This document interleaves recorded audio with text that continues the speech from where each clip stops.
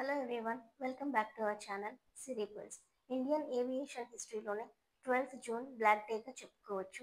Sardar Vallabhbhai Patel international airport నుంచి London Gatwick వెళ్లాల్సిన AI-171 flight crash అయింది. టేక్ ఆఫ్ అయిన కొద్దిసేపటికే ఎయిర్పోర్ట్ సమీపంలో ఉన్న మెఘానీ నగర్లోని బీటీ మెడికల్ కాలేజ్కి ఢీ కొట్టి క్రాష్ అయింది.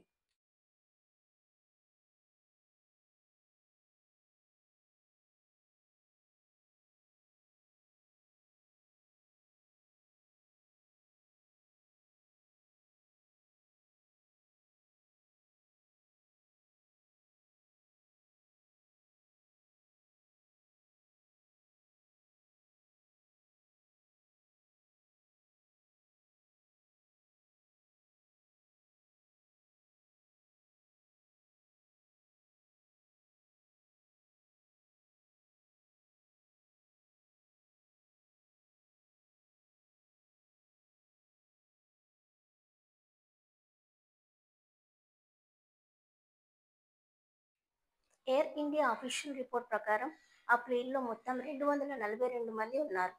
169 members Indian citizens, 7 members Portuguese citizens, ఇంకా 53 మెంబర్స్ బ్రిటిష్ సిటిజన్స్తో పాటు ఒక కెనేడియన్, ఇంకా 12 మంది క్రూ మెంబర్స్ ఉన్నారు.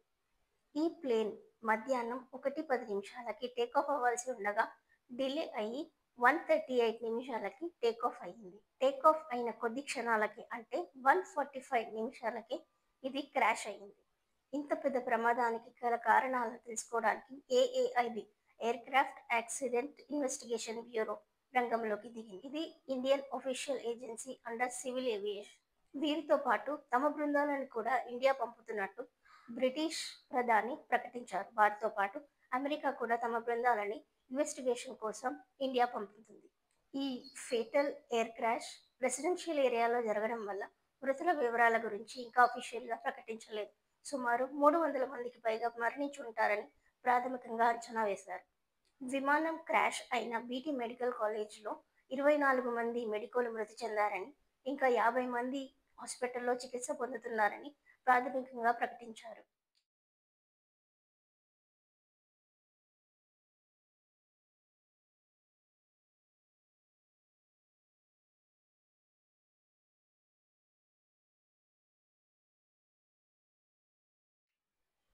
ఈ విమాన ప్రమాదంలో గుజరాత్ మాజీ సీఎం విజయ్ రూపానీ గారు కూడా మరణించినట్టు సిపి ప్రకటించారు.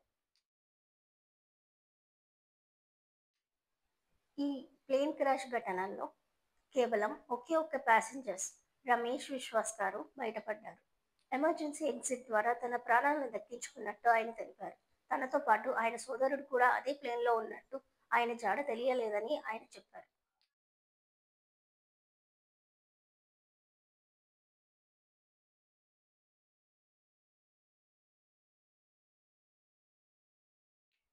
క్షతగాత్రుల రెస్క్యూ ఆపరేషన్ చివరి దశకు చేరింది. Civil aviation minister Rammohan Naidu గారు, హోమ్ మినిస్టర్ అమిత్ షా గారు దగ్గరుండి పర్సనల్గా ఈ రెస్క్యూ ఆపరేషన్ని పర్యవేక్షిస్తున్నారు. ఈ రెస్క్యూ ఆపరేషన్లో ఎన్డీఆర్ఎఫ్ బృందాలు, ఫైర్ ఫైటర్స్, ఇంకా లోకల్ పోలీసులు పాల్గొన్నారు. ఈ ఎయిర్ క్రాఫ్ట్ క్రాష్ తర్వాత పెద్ద ఎత్తున పొగ రావడంతో రెస్క్యూ ఆపరేషన్స్కి చాలా ఇబ్బందిగా మారింది.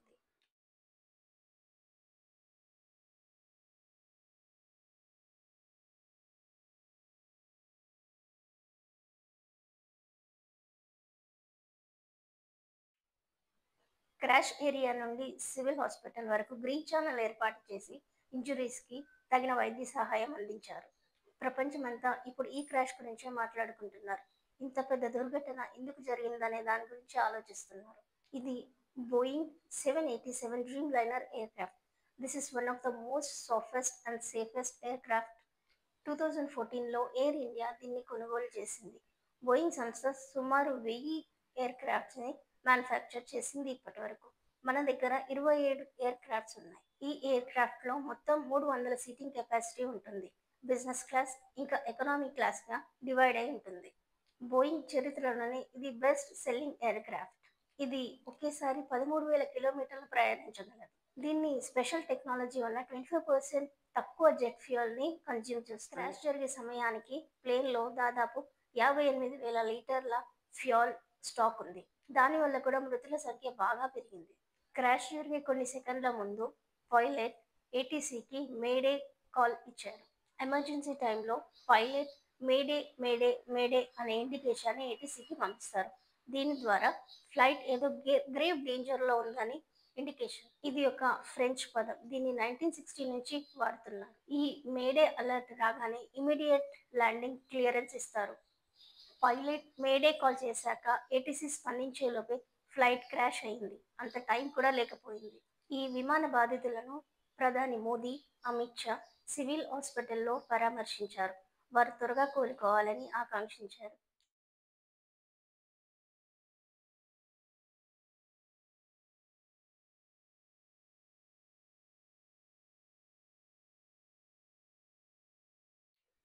టాటా యాజమాన్యం మృతులు ఒక్కొక్కరికి ₹1,00,00,000 ఇంకా వారి హాస్పిటల్ ఎక్స్‌పెన్సెస్, ఇంకా దెబ్బతిన్న హాస్పిటల్ భవనాన్ని తిరిగి నిర్మిస్తామని హామీ ఇచ్చారు. ఈ విమాన ప్రమాదంలో ప్రాణాలు కోల్పోయిన వారికి మన హృదయపూర్వక సంతాపం తెలియజేస్తూ వారి ఆత్మకు శాంతి చేకూరాలని మనం ప్రార్థించే యాక్సిడెంట్స్ మళ్ళీ జరగకుండా కఠినంగా భద్రతా చర్యలు ఉండాలని మనం కోరుకుందాం. ఈ ఘటనకు సంబంధించిన మరిన్ని వివరాలు అఫీషియల్గా వెలువడిన వెంటనే మీకు తెలియజేస్తాను.